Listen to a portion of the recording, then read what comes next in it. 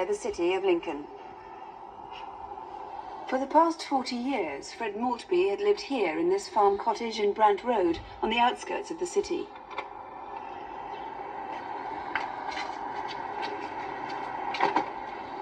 Fred seldom went far afield, and when he did go out, he'd use the back door, leaving it unlocked behind him.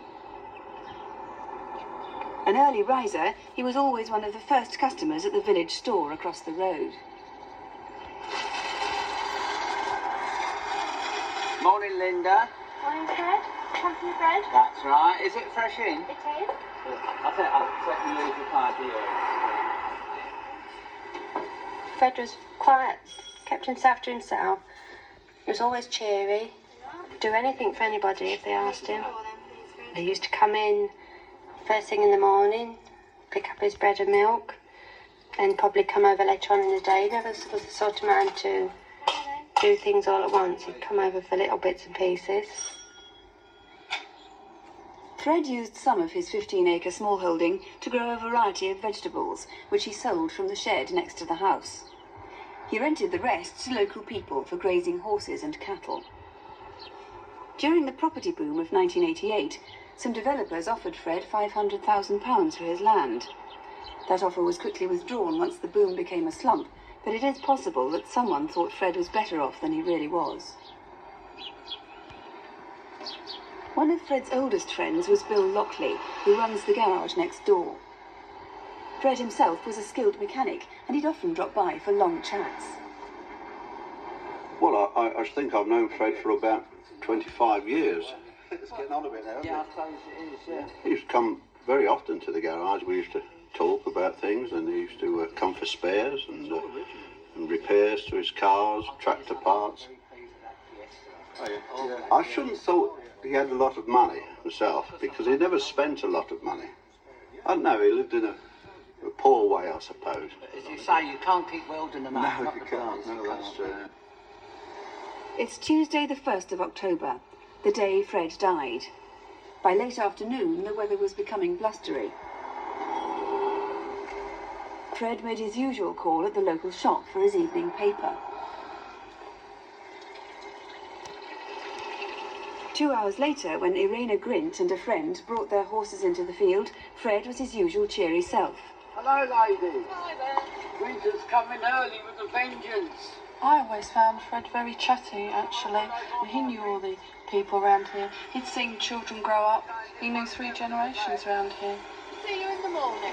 You expect so? Fred probably finished his work outside shortly before 7.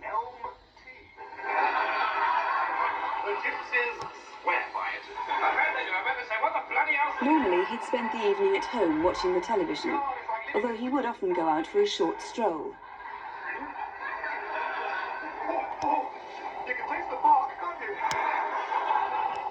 Just after 9 o'clock that night, a local resident saw Fred walking along Brant Road towards his front gate. That was the last time any of his friends or neighbours saw him alive. Half an hour after that, Caroline Banks had just called in at the Boundary Garage to buy some chocolate. As she crossed the road, she saw 2 men hanging around by the hedge near Fred's gate.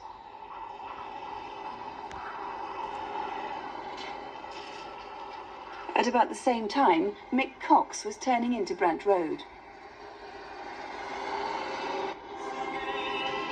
I was travelling towards the new housing estate, up the Brant Road towards Wallington, and on my right-hand side, 2 lads appeared. As Mick braked, a white Ford Capri had to swerve to avoid driving into him.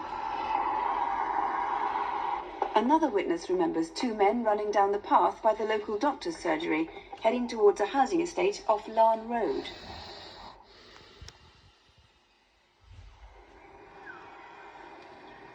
It wasn't until the middle of the next day that a friend calling round to buy some vegetables realised something was seriously wrong. Get out of the box, I'm sure I didn't. Are you there, Fred?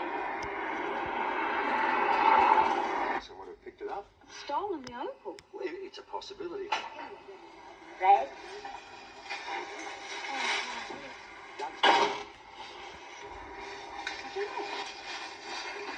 Fred, are you there?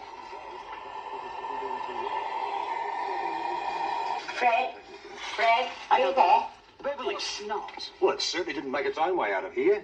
Had to be Pam. Now, you're going to have to go and front her about it. And as soon as... Well, Stuart Clifton, how had Fred been killed and why? Well, it was a particularly horrific killing.